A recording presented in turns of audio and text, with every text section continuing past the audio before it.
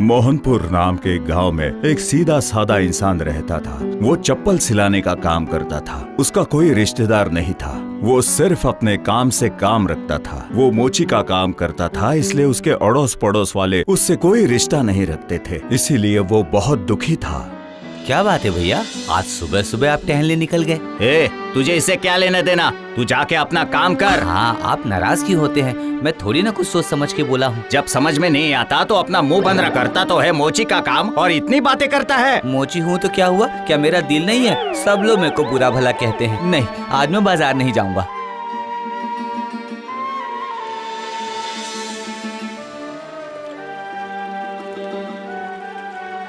अरे अरे अरे, सुबह सुबह किसका मुंह देख लिया मैंने। अरे अभी क्या होगा, दिन कैसे जाएगा पता नहीं। देख लो, कोई भी मुझे देख लेता है तो अपना नाक से कोई लेता है। ठीक है, अब मैं ना दूसरी जगह जाकर रहूंगा। कोई मुझे पसंद ही नहीं करता है।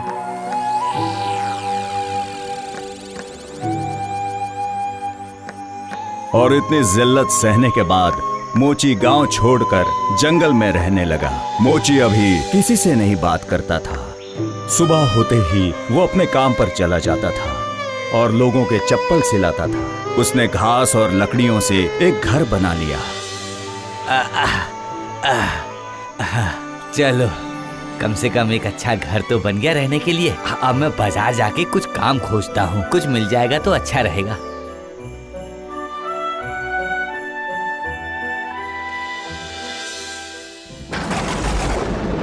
उसके दिन अच्छे ही गुजर रहे थे, लेकिन कुछ दिनों बाद इतनी जोरों की बारिश हुई, ऐसा तूफान आया। उसी में वो अपना घर बचाने की कोशिश कर रहा था।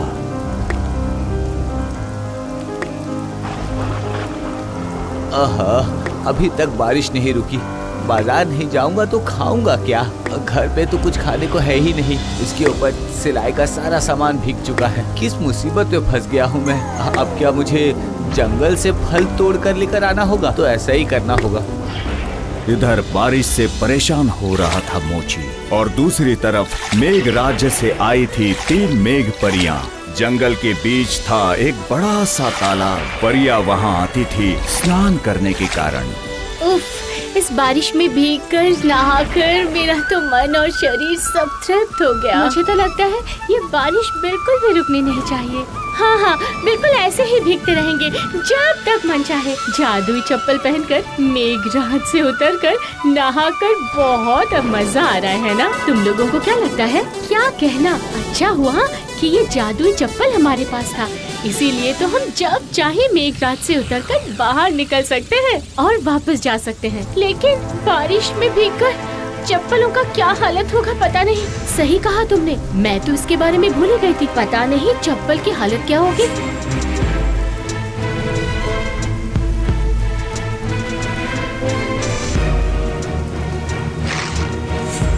हाय हाय, अब क्या होगा? चप्पल की तो सिलाई ही खुल गई। अब अगर ये चप्पल ठीक ना हुआ तो हम मेघराज्य में वापस कैसे जाएंगे? अगर फट जाए चप्पल का तो जादुई गुण भी नष्ट हो जाएगा। अब हम क्या करेंगे? इस जंगल में आकर कौन हमारा चप्पल ठीक कर देगा?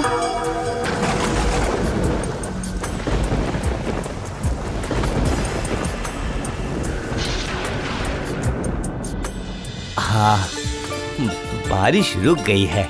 मेरा तो किस्मत ही खराब रहता है। रोजगार होगा भी कि नहीं क्या पता। वो देख, लग रहा है कि कोई आ रहा है। यहाँ पर तो कभी कोई नहीं आता। तो फिर देखो, जरूर हमें इस मुश्किल से निकालने के लिए कोई आया है। अरे वाह, जंगल के बीच में तालाब है।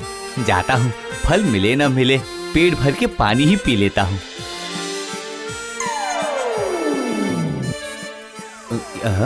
ये लोग कौन है? लगता है मैं गलत समय पे आके सब कुछ गड़बड़ कर दिया। नहीं नहीं, आपने कोई गड़बड़ नहीं की है। गड़बड़ तो हमने की है। हाँ, वो तो मैं आप लोगों का चेहरा देखकर समझ पा रहा हूँ, लेकिन हुआ क्या है? हम है मेघराज्य के परी और ये है मेघराज्य की राजकुमारी। हम इसी तरह से नहाने के लिए आते हैं, लेकिन आज एक बहुत बड़ी मुश्किल हो गई है। बारिश के पानी में भीगकर हमारी राजकुमारी का चप्पल टूट गया है। क्या तुम किसी को जानते हो? जो मेरा चप्पल ठीक कर देगा? अरे मैं हूँ, फिर किसकी जरूरत है? चप्पल सीना ही तो मेरा काम है। ऐसा है क्या? फिर तो आप ही मेरी मुश्किल आसान कर सकते हैं। नहीं नहीं नहीं नहीं, लेकिन मेरा सारा सामान बारिश में भीग चुका है और मेरा सिलाई करने वाला धागा भी खराब हो चुका है।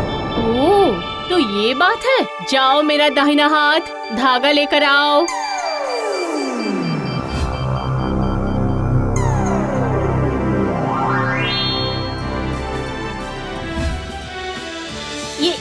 ये लीजिए धागा, जरा देखिए इससे काम होता है कि नहीं। नहीं तो हम बहुत मुश्किल में पड़ जाएंगे। नहीं नहीं, इससे तो हो जाएगा, हो जाएगा। लेकिन ये धागा ना जादुई धागा है। जो इस धागे से काम करता है सिर्फ वही इस धागे को काट सकता है और कोई भी या किसी तरह से इस धागे को काट नहीं सकता। ये तो अच्छी बात है, तो दीजिए मुझे, उसी से ही मैं जूते सिल देता हूँ।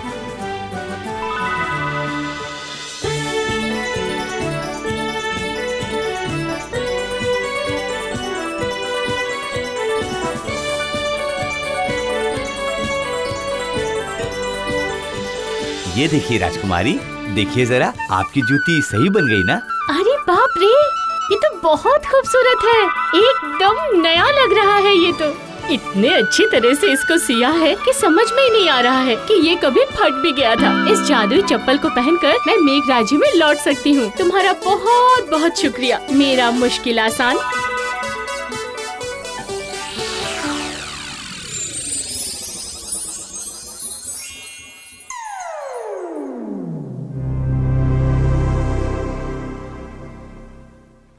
फिर उसके बाद हर दिन परियां तालाब के किनारे आ जाती थी और मोची उनका इंतजार करता था। उनके बीच लगाव बढ़ जाता है और वो बहुत सारी बातें करते हैं। परियों के जूते सिलाने के बाद उसे बहुत सारे मोहरे मिलते थे। इन सब बातों में एक चीज हो गई, मोची को एक परी पसंद आ गई और उस परी को भी मोची बहुत पसंद आ गया। उसके बाद एक दिन, ओ मुश्किल आसान, क्यों बोलो तो?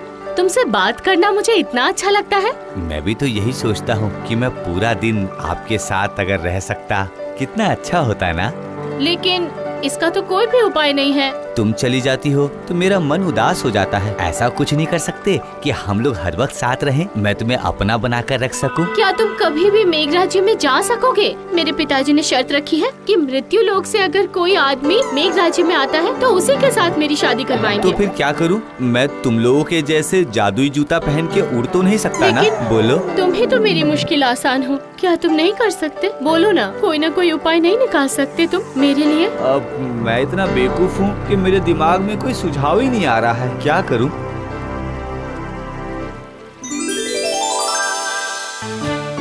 अरे अरे, एक तो उपाय आया है मेरे पास। ये जादुई धागा जब मेरे पास है तो मैं एक उपाय तो कर ही सकता हूँ। क्या उपाय है मुश्किल आसान? इस जादुई धागे से मैंने अच्छे से बांध दिया। अरे अरे, ये तुम क्या कर रहे हो? ऐसा करने से क्या होगा? अरे क्या होगा उससे? तुम जादू जूता पहन के उड़ जाओगी और मैं ये धागा पकड़ के उड़ जाऊंगा तुम्हारे देश में। धागा पकड़ के तुम जा सकते हो क्या? क्यों नहीं जा पाऊंगा? ये तो जादुई धागा है, तुमने तो कहा था ये न टूटेगा और न खराब होगा। ओह, मैंने ऐसे वैसे ही तुम्हें मुश्किल आसान नाम नहीं दिया। चलो चलो, हम अभी उड़कर जाते हैं।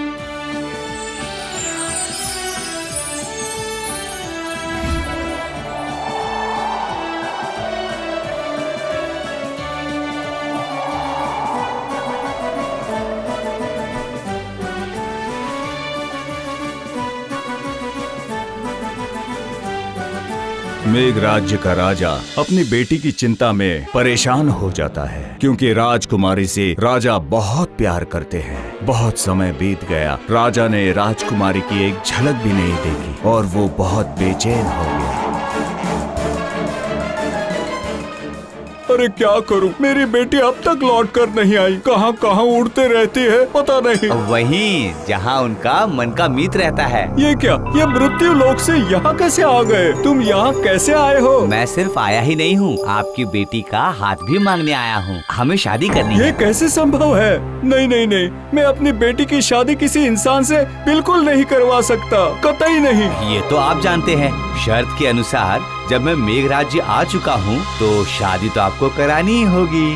सही कहा ना? ठीक है, कोई बात नहीं, तुम्हारे साथ मैं अपनी बेटी की शादी करवा देता हूँ। तुम दोनों सुख शांति से रहो। इसके बाद बड़ी धूमधाम से मोची की शादी उस परी के साथ हो जाती है और मोची मेघ राज्य में रहते हैं अपनी पत्नी के साथ।